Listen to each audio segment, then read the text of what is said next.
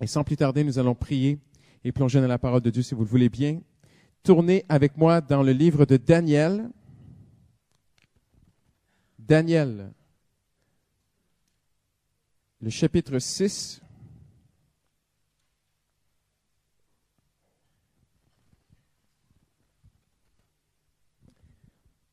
Et nous allons prier. Hallelujah. Seigneur Jésus, merci pour ta présence ce soir, Seigneur, au milieu de nous. Merci, Seigneur, pour ta grâce. Merci pour ton amour, Seigneur. Merci parce que tu es avec nous ce soir. Et Seigneur, je veux te remercier pour cette soirée.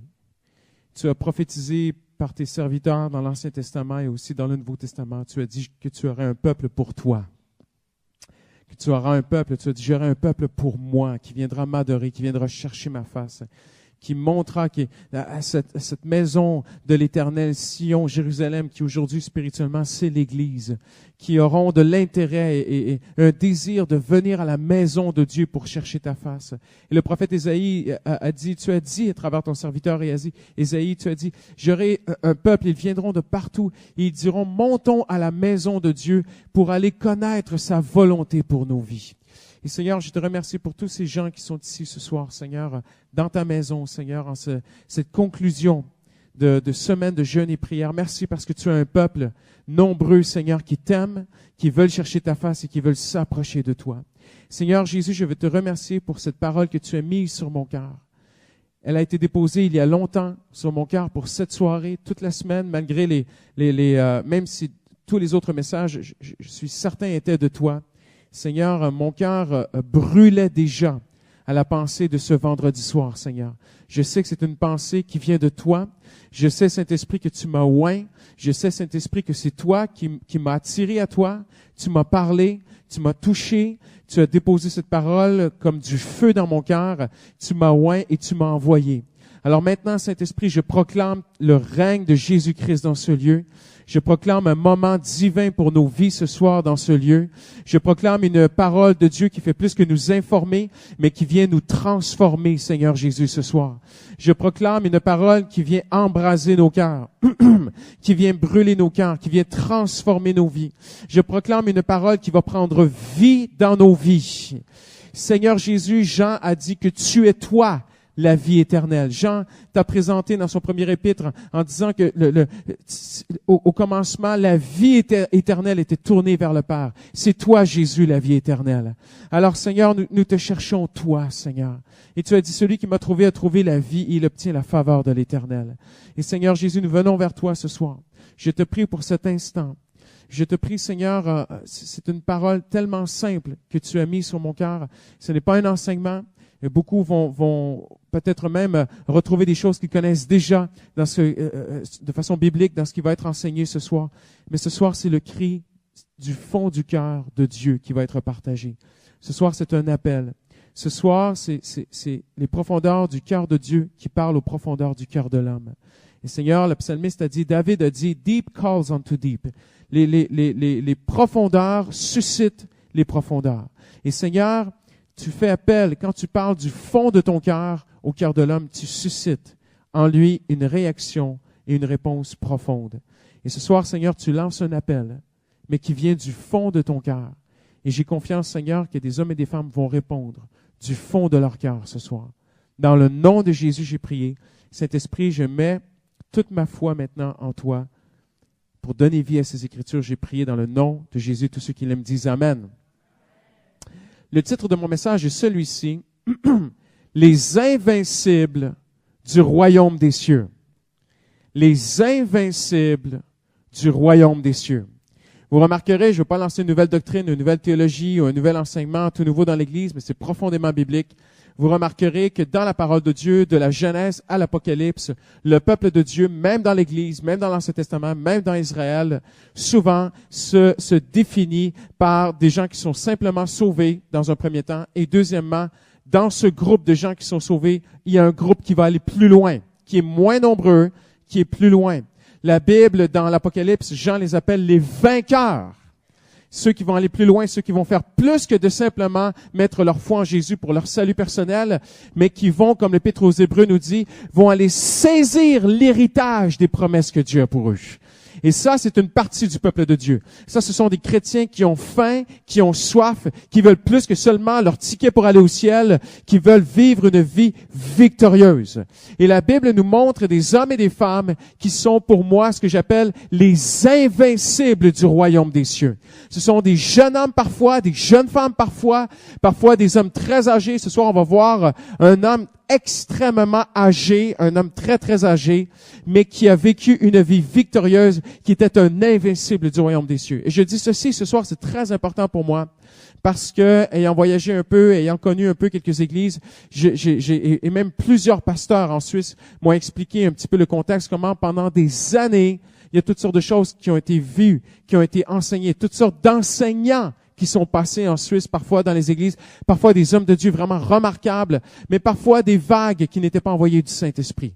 Il y a eu toutes sortes de choses. Et j'aimerais vous dire ceci ce soir. Les invincibles du royaume de Dieu, des hommes et des femmes qui sont victorieux, que la parole de Dieu nous montre, des hommes et des femmes qui sont vraiment des invincibles du royaume des cieux. Et le trait, la caractéristique dominante dans leur vie, n'est pas ce que parfois il a été prêché dans les églises. C'est pas nécessairement des hommes qui avaient un don de prophète. Et oui, il y a des prophètes, mais ce n'est pas ce qui était mis en avant dans leur vie. Certains, oui, ont pu, par la grâce de Dieu, poser les mains et les malades étaient guéris, mais ils n'ont pas commercialisé la guérison pour devenir un ministère de guérison, un ministère de « et moi je suis un prophète, et moi je suis un guérisseur, et moi je suis ici, et moi j'annonce l'avenir, et moi je mets ma main sur les gens, et je vais leur annoncer l'avenir. » Et toutes ces choses-là, parfois, sont venues dans l'Église. Il y a eu des bons ministères. C'est vrai qu'il y a des gens vraiment qui ont un don de guérison. C'est vrai qu'il y a des gens, j'avoue, vraiment bibliquement, qui peuvent vraiment apporter une parole qui est prophétique. Mais les invincibles de Dieu, c'est pas non plus des hommes ou des femmes qui sont juste de bons discoureurs, qui se levaient pour parler, qui avaient tellement la langue facile, qui avaient tellement une éloquence quand ils parlaient. C'était pas nécessairement seulement ça. C'était pas non plus des hommes et des femmes qui ont marqué par une vie de générosité. Et je crois à la générosité. C'était pas des hommes et des femmes, et ils l'ont été aussi, qui parfois leur vie, le trait, la caractéristique essentielle, fondamentale de leur vie, c'était pas qu'ils ont eu une vie très humanitaire autour d'eux, même si ces choses sont importantes. C'était des hommes et des femmes d'intercession. C'était des intercesseurs. Vous remarquerez dans la parole de Dieu, il y a des hommes et des femmes, et je pèse mes mots, qui ont traversé des choses incroyables. Ils ont marché sur le feu. Ils ont été dans la fosse aux lions. Ils ont fermé la gueule des lions. Ils ont vaincu des gens. Ils ont traversé des changements. Ils ont vaincu des empires. Ils avaient tous quelque chose en commun. C'était pas tout ce que j'ai nommé. C'était des intercesseurs. Ils n'étaient pas toujours devant sur l'estrade. Parfois, ils étaient cachés dans la foule de simples hommes et femmes très ordinaires, mais qui étaient de puissants intercesseurs. Les hommes et les femmes de Dieu, qui sont les invincibles du royaume des cieux, sont des femmes ou des hommes qui sont des intercesseurs. Et il y en a beaucoup à travers la parole de Dieu. C'est un sujet qui me tient beaucoup à cœur, qui est une étude personnelle dans ma vie depuis plusieurs années. Et ce soir, j'aimerais vous en montrer un. Il y en a beaucoup. Il y a des hommes qui m'épatent et des femmes dans la parole de Dieu qui étaient des intercesseurs extraordinaires. Mais ce soir, j'aimerais vous en montrer un que vous connaissez très bien, qui s'appelle Daniel. Daniel chapitre 6.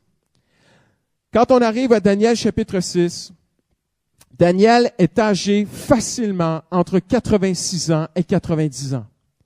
Il est à la fin de sa vie. Il a plus rien à prouver. Il a vu la gloire de Dieu. Il a réussi sa vie. Il n'y a pas de problème financier. Il est béni de la part de Dieu de tous bords, tous côtés. Il a une renommée.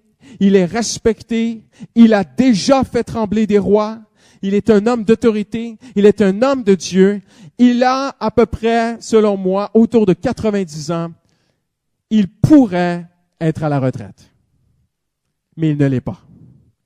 Et c'est fascinant parce que même si son corps a vieilli, même si son corps est vieux, son cœur est jeune. Et son cœur est brûlant. Et même s'il est à la fin de sa vie, Parce que le texte qu'on va lire, lui, il ne le sait pas encore, Daniel, mais c'est la dernière année de sa vie. Dans l'histoire qu'on lit, c'est la dernière année de la vie de Daniel. Peu après cette histoire, Daniel va décéder. Mais il n'y a rien qui laisse voir dans ce texte qui va bientôt mourir. Il est plein de vigueur, il est plein de foi, il est plein de feu, il est plein de désir de voir la gloire de Dieu et il veut voir le peuple de Dieu avancer. Vous connaissez l'histoire? Ça fait 70 ans qu'il est à Babylone. Il est arrivé à Babylone. Il était un adolescent. Il avait d'après les textes bibliques, d'après ce qu'on connaît de lui, il avait autour de 16-17 ans. Alors nous pouvons bien comprendre que 70 ans plus tard, il avait à peu près 86, 87, 90 ans. Il n'a plus rien à prouver. Et il arrive, il est là et le peuple de Dieu n'est toujours pas libéré. Jérusalem n'est pas reconstruite et Dieu avait fait une promesse qu'après 70 ans, il y a une porte qui allait s'ouvrir et que les Hébreux allaient être libérés et allaient retourner à Jérusalem.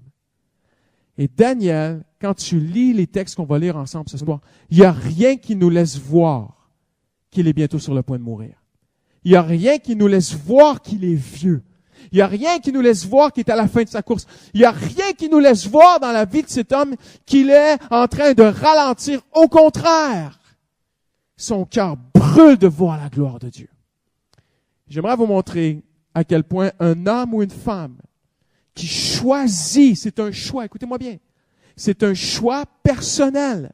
Un homme ou une femme qui choisit de devenir un intercesseur va devenir un invincible du royaume des cieux, dans tous les aspects de sa vie. Et en cette soirée, après cette semaine de jeûne et prière, mon cœur est béni de vous voir aussi nombreux ce soir, mais je pense que c'est vraiment un message de circonstance, de conclusion, en cette dernière soirée, que vous puissiez entendre le cœur de Dieu qui appelle des hommes et des femmes, oui, peut-être à cesser de jeûner et à aller manger, mais de pas juste prendre 5-6 jours ou une semaine dans une année pour chercher la face de Dieu, ou un petit moment par-ci, par-là durant la semaine, mais de entendre l'appel de Dieu à devenir un intercesseur. C'est un appel qui est impopulaire. C'est beaucoup plus plaisant et facile prêcher un appel et dire à des gens que vous êtes appelés à faire des grandes choses pour Dieu, que vous allez aller au bout du monde pour Dieu, que vous pouvez chanter pour Dieu, que vous allez peut-être prêcher l'Évangile, que vous allez peut-être devenir un missionnaire, que peut-être vous allez devenir un écrivain ou un artiste ou un compositeur ou faire des grandes choses pour le royaume de Dieu. C'est beaucoup plus facile de prêcher ça que de dire, il y a aussi un appel qui existe, qui est dans le secret, que personne ne va voir, que personne peut-être ne saura jamais, mais Dieu appelle et Dieu tend la main.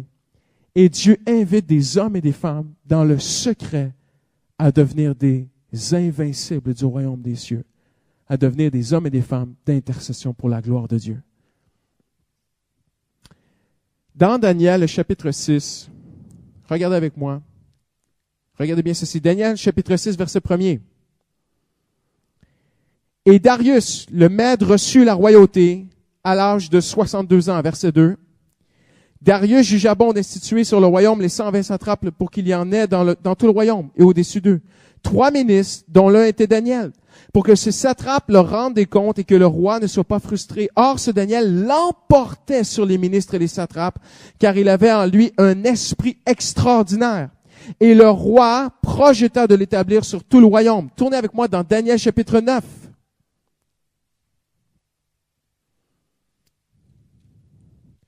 Restez dans Daniel chapitre 9 et écoutez ceci. Et Darius le Mède reçut la royauté. Daniel 9. En l'an 1 de Darius, fils d'Assuérus, de la race des Mèdes, qui avait été fait roi du royaume des Chaldéens. En l'an 1 de son règne, moi, Daniel, j'ai considéré dans les livres le nombre des années qui, selon la parole du Seigneur au prophète Jérémie, doivent s'accomplir sur les ruines de Jérusalem, 70 ans. Je tournais ma face vers le Seigneur, Dieu, en quête de prière, de supplication, avec jeûne, sac et cendre. Regardez-moi ici. Daniel 6, très simple. Les deux, Daniel 6 et Daniel 9, ça se passe en même temps. Daniel 6, c'est la vie publique de Daniel. Daniel 9, c'est la vie privée de Daniel. Souvenez-vous de ceci. Mais ça se passe vraiment en même temps. On voit dans Daniel 6 que Daniel est béni.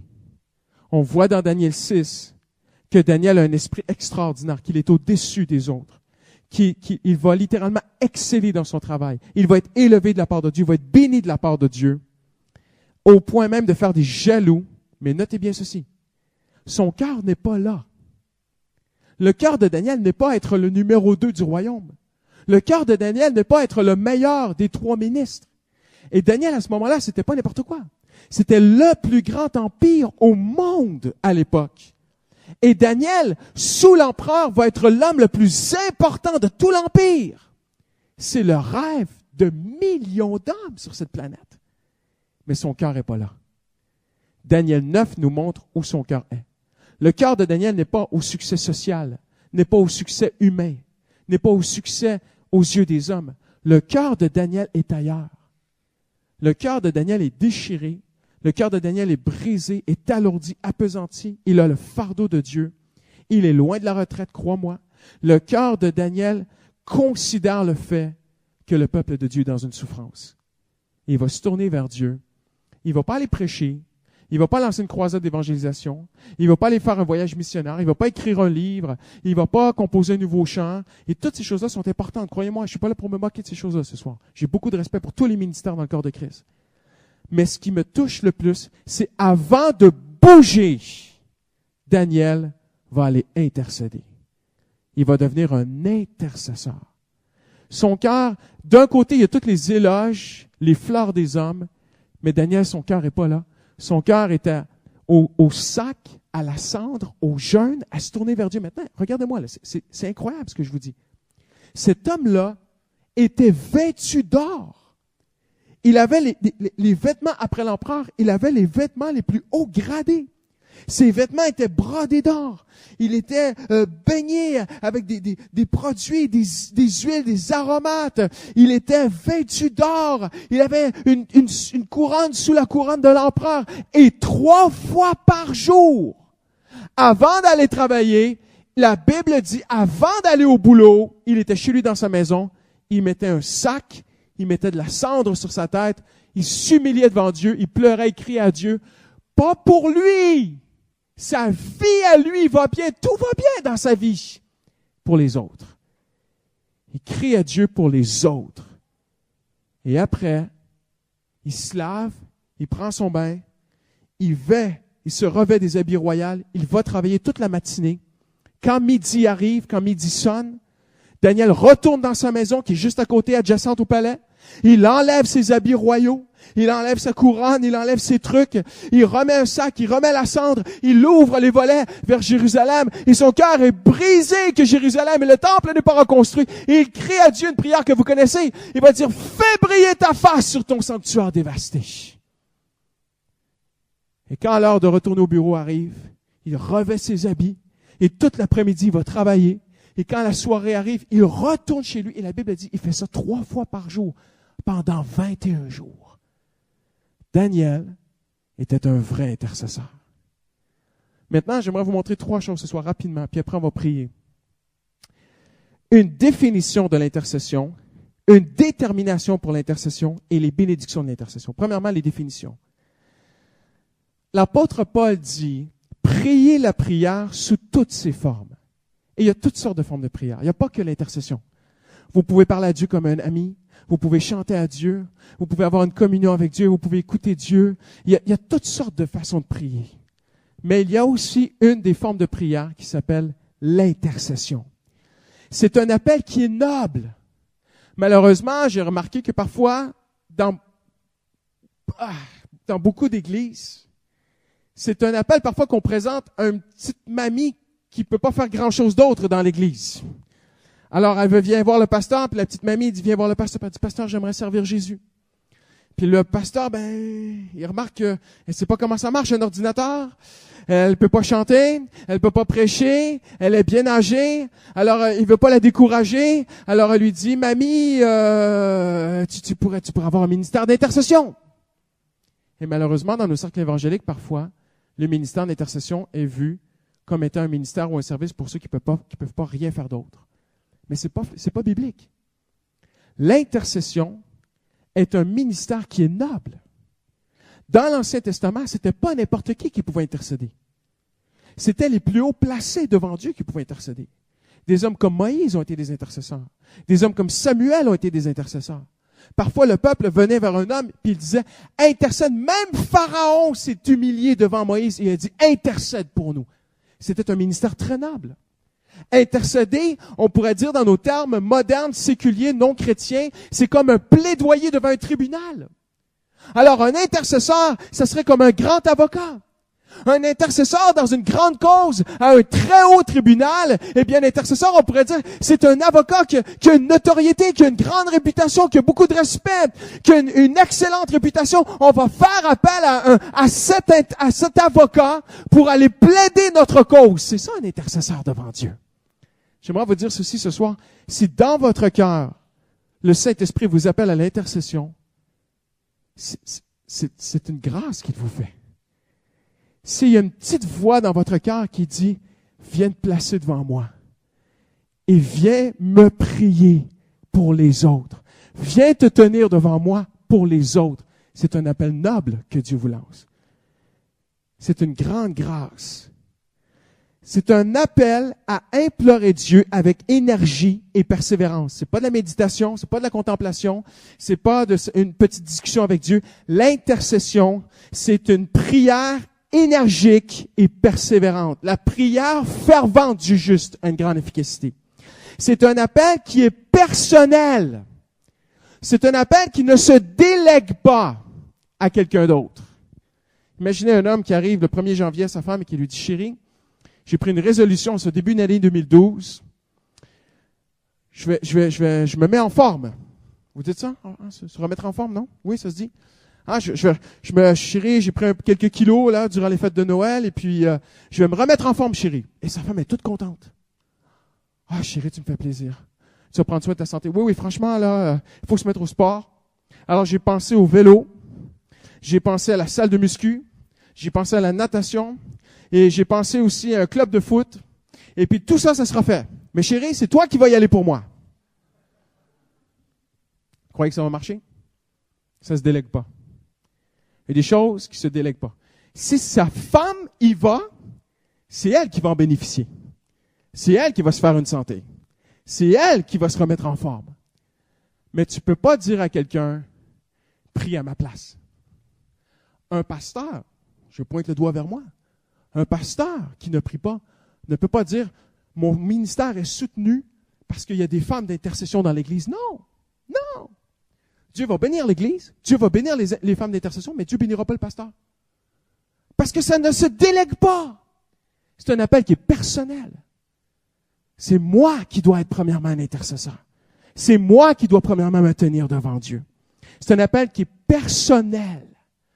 Un jour, quand j'étais au Canada, juste avant de quitter le Canada, quelques mois avant, à la sortie de l'Église, je rencontre un papa, son fils s'était éloigné des choses de Dieu et je priais pour son fils et lui aussi priait pour son fils. Et je m'approche de lui et je commence à parler avec lui.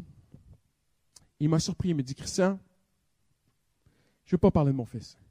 J'ai eu tellement mal, j'ai tellement prié pour lui, je ne veux pas en parler. Et il me dit comme ça, il dit, je l'ai abandonné à Dieu. J'ai tout abandonné ça à Dieu parce que ça pesait trop sur mon cœur. Et quand il m'a dit ça, j'étais un petit peu surpris. J'ai dit, je ne savais pas quoi lui répondre, alors on s'est quitté comme ça. Et je suis allé dans mon bureau, j'ai pris le téléphone, j'ai appelé mon papa. Quelques jours après, ça me tracassait cette histoire, cette réponse. J'ai abandonné mon fils à Dieu. J'ai appelé mon père, j'ai dit, papa, comment t'expliques que ma sœur, pendant 6-7 ans, était dans une rébellion, loin de Dieu, révoltée, dans une vie mondaine, de colère, de rébellion envers toi et maman. Elle avait quitté la maison, elle avait fait en fracas et tout. Comment t'expliques qu'après 6-7 ans, elle est rentrée à la maison un samedi soir à 23h, elle est arrivée, elle s'est jetée à genoux dans la cuisine devant vous, les larmes aux yeux, puis elle a dit, je veux donner ma vie à Jésus. Puis depuis ce jour-là, elle est toujours restée chrétienne. Comment t'expliques ça, papa? Mon père m'a dit, Christian, je peux te dire une seule chose. Je ne suis pas un grand théologien, mais je peux te dire une chose. J'ai accepté, pendant 6-7 ans de ma vie, de porter le fardeau de ma fille qui est loin de Dieu. Et pendant 6-7 ans de ma vie, à tous les jours me mettre à genoux et verser des larmes et intercéder pour son salut. Et moi, j'étais ado. Et vous avez devant vous un témoin. J'étais là. J'ai vu ces choses-là. Je me souviens des petits matins très tôt où je me levais, adolescent, 12-13 ans, avant d'aller à l'école le matin, je voulais descendre au salon en bas et puis aller écouter un peu la télé. Et un matin, je suis arrivé, j'ai ouvert la porte pour aller écouter la télé. Whoop! Mon père était à genoux. Le visage dans un fauteuil, il se retournait comme ça, parce que j'avais ouvert la lumière, il était dans le noir. Donc j'ouvre la lumière, mon père se retourne, il était un peu ébloui comme ça. Et je voyais les larmes sur ses joues comme ça. Il me dit, Christian, sors. Oui, pardon. Puis je suis sorti. Je me souviens avoir grandi, ma mère nous disait, faites pas trop de bruit le matin, papa prie. Il ne faut pas le déranger. Je me souviens des soirées, je rentrais de soirées avec mes amis. Ma mère était dans le salon, dans le séjour, au bord de la fenêtre, et ma sœur était loin, ma sœur était dans le péché, et ma mère s'inquiétait, et ma mère se berçait dans une chaise comme ça, avec sa Bible, et elle priait pour sa fille. J'ai grandi comme ça. Et j'ai vu que Dieu a honoré leur prière. C'est un appel qui ne se délègue pas. C'est un appel qui est personnel, l'intercession. C'est un appel à tout âge. Daniel avait 90 ans, mais j'aimerais vous dire ceci. J'ai vu des adolescents donner leur vie à Dieu et dire, Seigneur, je veux plus vivre pour mes intérêts, je veux vivre pour tes intérêts. Et c'était tellement vrai, c'était tellement sincère du fond de leur cœur. Et c'était simple. Ces adolescents qui disaient, je veux vivre pour toi. Alors Dieu s'est approché de ces adolescents et Dieu a déversé, il a partagé sa douleur avec eux. Ils sont devenus des intercesseurs. Et c'est écrit dans les prophètes. Il y a un prophète qui dit, jette mon fardeau sur les jeunes. C'est écrit, je jetterai mon fardeau sur les jeunes. Il n'y a pas d'âge. On peut être jeune, on peut être vieux. J'aimerais dire ceci, l'intercession, ça ne s'enseigne pas. J'ai vu des gens dire, dis-moi comment devenir un intercesseur. Nomme-moi les 15 étapes pour que je devienne un vrai intercesseur. J'aimerais vous dire, ça ne s'enseigne pas. Tu as déjà vu quelqu'un apprendre à nager avec un bouquin? Et tourner les pages, OK, comme ça. OK, voici comment flotter. OK. Ou tu as déjà vu un enfant de 4 ans pédaler à 2 roues avec un bouquin, avec un livre, avec un DVD qui explique, avec un CD de 4 enseignements, de 4 heures, comment pédaler à 2 roues? Ça s'enseigne pas. Il faut papa qui est derrière, qui tient le vélo, qui est patient avec son petit garçon et qui voit quand le garçon tient l'équilibre. Et finalement, papa est tellement bon. Un mauvais papa, qu'est-ce qu'il fait? Hein? Il jette le vélo par terre. Un bon papa, qu'est-ce qu'il fait? Il tient le vélo, il est patient. Le petit garçon découragé, non, je suis avec toi. Et petit à petit, il lui apprend à pédaler. Jésus a dit, le Saint-Esprit vous enseignera toutes choses. J'aimerais vous dire ceci, ça ne s'enseigne pas l'intercession. Tu montes sur le vélo, tu te mets à pédaler, tu mets ton petit casque, tu as peur de te faire mal, mais le Saint-Esprit est avec toi. Tu te places devant Dieu, tu dis, je ne sais pas par où commencer, je ne sais même pas quoi dire. Et l'apôtre Paul dit, nous ne savons pas ce qu'il convient de demander. Le grand théologien, les théologiens appellent Paul le Moïse du Nouveau Testament. Le grand théologien du Nouveau Testament était tellement humble qu'il lui-même disait, je ne sais même pas comment prier. Alors si tu avais été voir Paul, tu aurais dit, Paul, montre-moi comment devenir un intercesseur. Il t'aurait dit, je ne sais même pas moi-même. Mais je vais me placer devant Dieu, car nous ne savons pas ce qu'il convient de demander, mais l'Esprit vient à notre secours. Et, qu'est-ce qu'il dit? Il chante, il prophétise, oui, parfois, mais pas dans ce contexte. Il intercède. Et il intercède pour nous. Deuxièmement, une détermination. Pour devenir un vrai intercesseur devant Dieu, j'aimerais vous dire ceci, il va vous falloir être vraiment déterminé. Parce qu'il va y avoir des obstacles. Daniel était déterminé.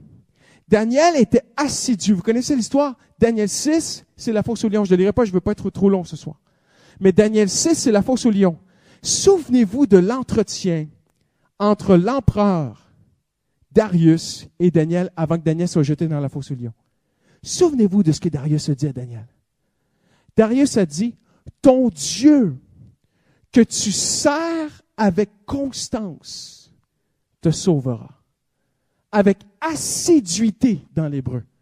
Avec persévérance dans l'hébreu, c'est ça que ça veut dire. Ton Dieu que tu sers avec tellement de constance, Daniel te sauvera. Maintenant, moi j'ai une grande question ce soir. Parce qu'à l'époque, Daniel n'était pas le seul religieux. Tout le monde était religieux. Il n'y avait pas d'athée à l'époque.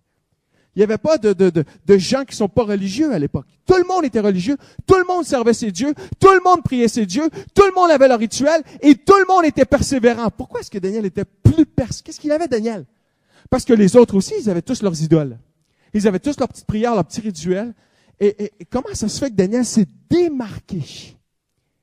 Ça m'a amené à méditer.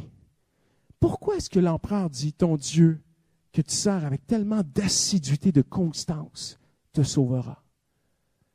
Parce que l'empereur Darius a vu dans la vie de Daniel quelque chose de différent des autres.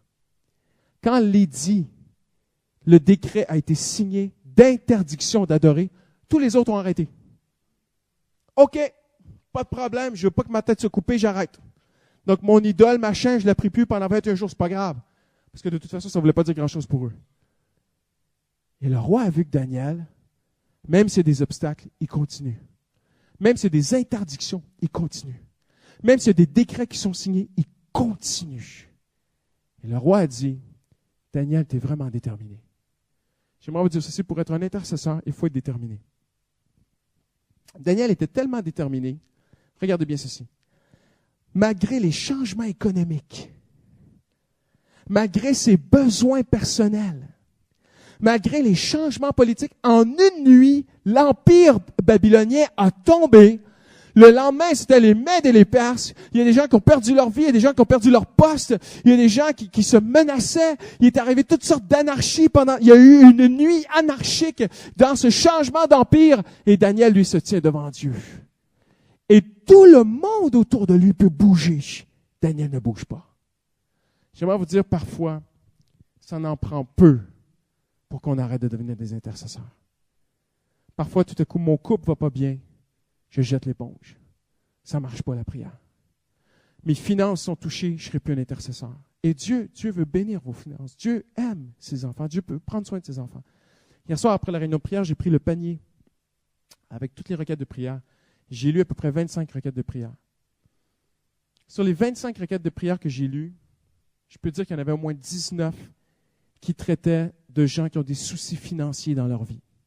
Et j'aimerais vous dire ceci, Dieu vous aime. Et Dieu est Jéhovah Jireh, Dieu est l'Éternel qui pourvoit. Il veut pourvoir à chacun de nos besoins et il pourvoit. Mais Dieu cherche un homme ou une femme qui a des problèmes financiers et qui va dire, même si j'ai des besoins personnels, je vais quand même être un intercesseur pour Dieu. Je vais quand même être une femme que même si dans ma vie j'ai des besoins, je vais quand même me tenir devant Dieu pour les autres.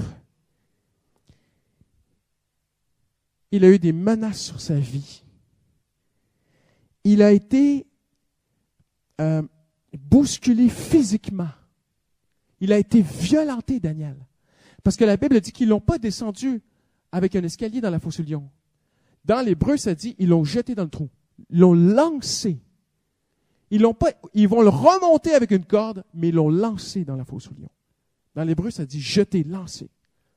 Daniel a été brusqué, physiquement poussé, mais il n'y a rien qui pouvait l'arrêter. Il n'y a rien qui pouvait l'empêcher d'être un homme de prière, un homme qui cherche la face de Dieu, un intercesseur. Il s'est retrouvé dans une fosse au lion. Mais moi, ça me touche, ça dépasse mes capacités humaines. C'est surhumain. C'est le Saint-Esprit qui l'a aidé. Mais Daniel s'est retrouvé à un endroit où il voulait tellement voir la gloire de Dieu venir sur Jérusalem, parce que c'était sa prière en Daniel 9. Fais briller ta face sur ton sanctuaire dévasté. Et Daniel s'est tenu devant Dieu. Et même si une loi a été signée, décrétée au Parlement pour l'empêcher de prier, parce que vous connaissez l'histoire, hein? C'était pas pour tout le monde. En fait, les ministres et les satrapes, ils visaient Daniel. Ils voulaient signer un décret pour l'arrêter de prier. Parce qu'ils savaient, en fait, vous savez ce qu'ils voulaient? Ils voulaient le tuer parce qu'ils étaient jaloux. Et ils savaient que Daniel était tellement déterminé qu'ils se sont dit, il n'y a rien qui l'empêche de prier. Il n'y a rien qui l'arrête de prier, cet homme-là. Donc, on va interdire qu'il prie son Dieu, comme ça on pourra le tuer. C'est incroyable, hein? Et la Bible dit, quand Daniel a lu la lettre, il l'a lu, il l'a mis de côté, et la Bible dit, et il pria comme les autres fois. Je suis certain que son cœur a tremblé un peu plus cette fois-là, parce que Daniel était humain. Je suis certain qu'il y avait une souffrance supplémentaire dans son cœur. Où Daniel s'est dit, Seigneur, je souffre pour les autres, je souffre pour mon peuple, et c'est moi qui se prends des coups en plus. C'est moi qui ai attaqué. Mais Seigneur, comme l'apôtre Paul a dit, rien ne me séparera de l'amour de Jésus.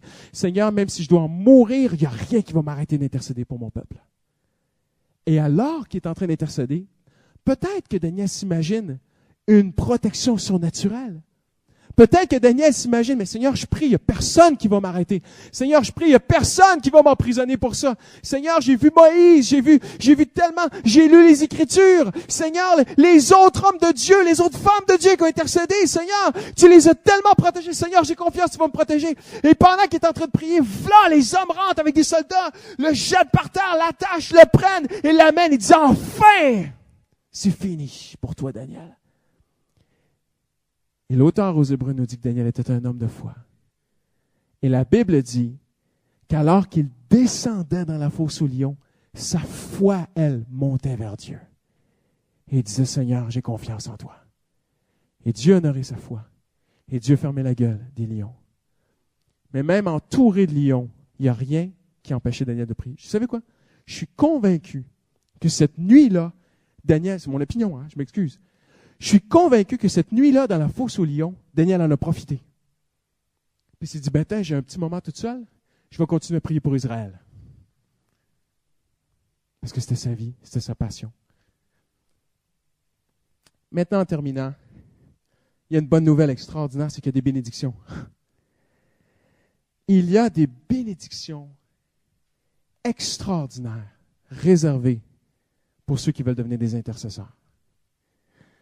Daniel va voir l'ascension de Jésus. Saviez-vous ça? C'est marqué, il va même le décrire. Il va avoir une vision de Jésus qui arrive au ciel. Vous pourrez le lire dans la Bible. C'est écrit dans ses visions. Daniel, il dit, je vis un fils d'homme qui arrivait sur les nuées et la couronne lui a été donnée. La royauté lui a été donnée. Ça, c'est quand Jésus est ressuscité et qu'il est monté au ciel. Saviez-vous ça? Daniel a vu prophétiquement en vision l'ascension de Jésus. Daniel a vu le règne de Jésus-Christ. C'est écrit. Daniel a vu la croix. Un ange est venu dans son salon lui donner la date du salut des hommes et d'un sauveur qui allait être retranché, qui allait mourir pour les hommes. Pas beau ça? Un intercesseur a des privilèges. Il a des révélations de Dieu, mon ami. Ça me touche tellement. Daniel a été appelé un chouchou de Dieu. Vous savez ça? C'est écrit dans la Bible. Vous savez que Dieu a des chouchous? Oui, Dieu a des chouchous. Ce n'est pas un titre social, ce n'est pas à cause de ses œuvres. Les intercesseurs sont les chouchous de Dieu. Je pèse mes mots. Parce qu'un ange va venir le voir à 2 reprises puis il va lui dire, Daniel, homme de prédilection. En d'autres mots, homme bien-aimé. Et c'était très rare qu'un ange pouvait dire ça à un homme dans la Bible. Un intercesseur, c'est un bien-aimé. Il va avoir des privilèges, il va avoir des bénédictions que les autres parfois n'auront pas. Il va être touché par la main de Jésus. Je suis convaincu, je peux vous prouver théologiquement que c'est Jésus qui l'a visité. Il a été révélé de l'avenir qui s'en venait. Il a été rassuré face à l'avenir qui était sombre. Il y a des promesses qui lui ont été faites face à l'avenir qui allait être difficile. La Bible dit qu'il avait reçu un esprit extraordinaire dans son travail. Vous êtes ici aujourd'hui, vous travaillez dans les finances, vous êtes dans une société, vous travaillez dans une boîte. J'aimerais vous dire ceci, si vous voulez monter dans la société, devenez un intercesseur.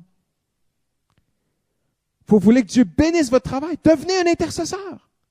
La Bible dit, Daniel 9, Daniel est un intercesseur. Daniel 6, la Bible dit qu'il était meilleur que tous les autres. La Bible dit qu'il était le meilleur à son travail. Les jeunes, vous voulez exceller à l'école, tu vas avoir les meilleures notes, deviens un intercesseur. Je suis convaincu ce soir. Daniel était meilleur que les autres. C'est un intercesseur. Il avait un esprit extraordinaire. La Bible dit qu'il était irréprochable dans tout son travail. Parce que c'était un intercesseur. Il va être protégé de Dieu. Sa vie va être protégée de Dieu dans tout ce qui se passe. Le Seigneur va mettre sa main, le Seigneur va l'honorer, le Seigneur va avoir le dernier mot. Il va être élevé, il va être honoré de Dieu et il va être protégé. Saviez-vous que Jérémie était un intercesseur? Et quand l'Empire de Babylone, donnez-moi 5 minutes, j'ai terminé. Quand l'Empire de Babylone est venu, là, et la Bible dit que Nebuchadnezzar a fait une brèche dans les murailles de Jérusalem, Nebuchadnezzar, avant de lancer l'assaut final contre Jérusalem, après l'avoir assiégé pendant des années, avant de donner l'assaut final contre Jérusalem, Nebuchadnezzar a dit à tous ses généraux, il y a un homme dans la ville, je ne le connais pas, je ne l'ai jamais vu, mais c'est un homme de Dieu, il s'appelle Jérémie, lui vous ne le touchez pas. Et finalement, ils n'ont pas reconnu Jérémie. Alors les soldats l'ont pris, ils ont mis les fers aux pieds, puis il était avec les déportés, il partait pour Babylone. Et le chef de la garde de Babylone a dit, attendez, on ne peut pas partir comme ça, il faut trouver Jérémie. Puis ils ont fait venir un traducteur. Jérémie, il s'appelait Jérémie. Il est où? Jérémie. Finalement, Jérémie était là. Des gens dit, il est là. Puis il partait, il était enchaîné avec les autres. Et puis le chef des gardes dit, oh là là, on a failli faire une grosse erreur. Puis il s'est excusé à Jérémie. Il a enlevé les phares aux pieds de Jérémie. Il a enlevé les chaînes. Et la Bible dit, il a offert un cadeau à Jérémie. Vous savez, à l'époque, on offrait un cadeau à quelqu'un qui est plus important que nous. Incroyable, hein? Puis il a dit à Jérémie, le roi Nebuchadnezzar te dit, tu es libre. Tu peux aller n'importe où sur les terres de Nebuchadnezzar. Tu es libre. Tu as une immunité exceptionnelle et unique, Jérémie. Wow! Le jour où Jérusalem est tombé, l'intercesseur a été protégé. Élie était protégé de Dieu. Vous savez, hein, il y a un homme qui vient voir Élie, le chef de la garde, et dit, ça fait des années que Akab te fait chercher partout. Il a fait jurer à tous les rois de tous les pays que tu n'étais pas chez eux caché. Et puis là, tu viens devant moi, Élie. Mais il dit, je sais ce qui va arriver. Je vais aller dire à Akab que je t'ai trouvé. Et le chef de l'armée, il dit ça à Élie. Et il dit, et l'Esprit de Dieu t'emportera comme les autres fois. Wow! Élie était intouchable. Au Québec, on dirait impognable. Tu ne peux pas l'empoigner. Élie était untouchable. Et Élie était invincible. Il était au-dessus. Oui, il était attaqué, mais il était au-dessus. J'aimerais vous dire ceci ce soir, je n'ai pas de plus belle vie à vous offrir. Je n'ai pas de plus beau ministère à vous offrir que de devenir un intercesseur. J'invite les musiciens à s'approcher. Ils peuvent venir tout de suite, les musiciens, s'il vous plaît.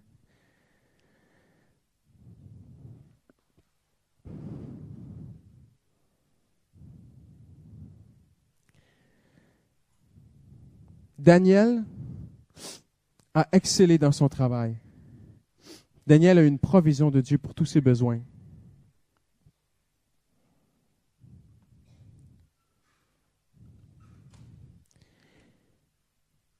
Et je termine avec la plus belle des bénédictions. Vous dites, oui, mais pasteur, Daniel a prié, mais est-ce qu'il a été répondu à sa prière pour être pratique? Oui. La même année, il a été répondu. La Bible dit, Esdras, chapitre 1, nous dit que le Saint-Esprit a visité l'empereur. Le Saint-Esprit a touché l'empereur. Ce n'est pas écrit dans la Bible, mais la tradition juive, juste un instant, la tradition juive nous enseigne que Daniel aurait eu un moment privilégié avec l'empereur et il aurait montré à Cyrus son nom dans les prophéties et que Dieu l'aurait touché. Et que c'est là qu'il aurait écrit Esdras chapitre 1, où l'empereur lui-même écrit que Dieu l'a visité, que Dieu l'a touché et qu'il doit libérer le peuple de Dieu. Est-ce que Dieu a répondu à Daniel? Oui. 50 000 personnes ont été libérées de Babylone à cause de la prière d'un homme. Je suis convaincu que Daniel n'était pas le seul à prier. Je suis convaincu qu'il y avait d'autres personnes aussi que Dieu avait suscitées dans le secret à intercéder. Mais j'aimerais vous dire ceci. La plus bonne de toutes les nouvelles, c'est que non seulement Dieu a protégé, béni, aidé Daniel dans sa vie, mais Dieu a répondu à sa demande. Daniel a dit, fais briller ta face sur Jérusalem. Et Dieu a fait briller sa face sur Jérusalem. Vous avez une réponse à donner au Saint-Esprit ce soir. Parce que le Seigneur parle à votre cœur déjà. Même avant que vous veniez ici ce soir, je le sais dans mon cœur, le Seigneur te parle. Et le Seigneur te demande d'arranger maintenant, donnez-moi vraiment toute votre attention en cette dernière minute. Le Seigneur te demande de réorganiser ta vie pour chercher l'Éternel, pour devenir un intercesseur. Et il y en a, je sais, vous dites, pasteur, j'aimerais devenir un intercesseur, mais je suis une femme monoparentale, je travaille, j'ai 2 enfants, j'ai un appartement, j'ai tellement de choses à faire dans une journée. Pasteur, tu me libères pas ce soir, tu mets un poids sur moi. Non, non, non, non, non, non. Le Seigneur te demandera peut-être pas de prier 6 heures ou 4 heures par jour, mais le Seigneur va te demander un temps que toi et lui, vous savez que c'est ce temps-là que tu devras lui donner. Et il va falloir que tu sacrifies d'autres choses pour ça. Mais si tu le fais, les filles, restez avec moi s'il vous plaît, les filles, merci. Mais si tu le fais, le Seigneur va te bénir. Quand j'étais pasteur, à un moment donné, le Saint-Esprit m'a parlé et il m'a dit, Christian, donne-moi plus de temps dans la prière. J'ai dit, Seigneur, je ne peux pas. Je suis débordé, j'ai tellement de travail, j'ai tellement de trucs. Je ne peux pas te donner plus de temps. Je t'en donne déjà, Seigneur. Puis le Seigneur m'a dit, Christian, je t'appelle à être un intercesseur. Pas juste un pasteur, tu dois être un intercesseur. Donne-moi plus de temps. Et j'ai dit, Seigneur, OK, donne-moi un assistant et je vais te donner plus de temps. Le Seigneur m'a dit, non.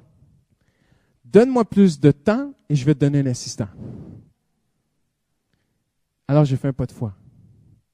J'avais des dossiers sur mon bureau, j'avais des charges, j'avais des trucs à gérer. Ah, la boîte vocale de mon téléphone débordait de messages. Pasteur, rappelez-moi. J'ai dit, Seigneur, les gens vont s'énerver contre moi. Seigneur, qu'est-ce que je fais? C'est par la foi que je l'ai fait. J'ai commencé à donner plus de temps au Seigneur dans la prière.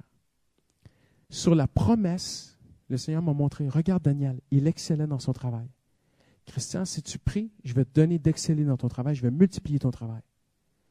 J'ai dit, Seigneur, je ne veux pas que les chrétiens de l'Église soient taxés parce que je vais prier. Seigneur, aide-moi. J'ai commencé à prier même si je n'avais pas d'assistant.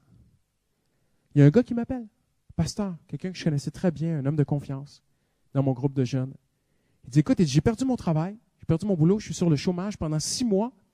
Je suis allé au bureau du chômage, ils m'ont dit, trouve-toi pas un travail, c'est juste pour 6 mois, prends 6 mois de congé, puis bon, tu toucheras tes allocations, ton chômage, tout ça. Puis j'ai raccroché le téléphone, le Saint-Esprit m'a dit, appelle Christian Robichaud, il a besoin d'aide. Et je te donne 6 mois de ma vie. C'est bon? Puis il m'a dit, il est venu dans mon bureau, puis il m'a expliqué, il m'a dit, le Seigneur m'a dit que je dois venir t'aider à faire des tâches logistiques et techniques et administratives dans l'Église pour t'aider, pour que toi, tu sois libéré pour chercher la face de Dieu.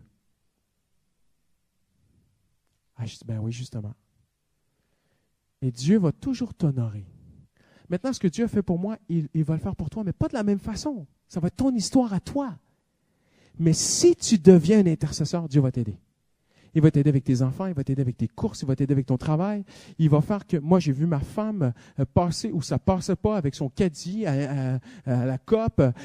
J'ai vu des gens, alors qu'il y avait des bouchons de circulation, tout à coup pour eux ça passe parce qu'ils sont des intercesseurs. Et Dieu n'a pas beaucoup d'intercesseurs, donc il les chouchoute. Il en prend soin de ses intercesseurs. Amen. Hallelujah. J'aimerais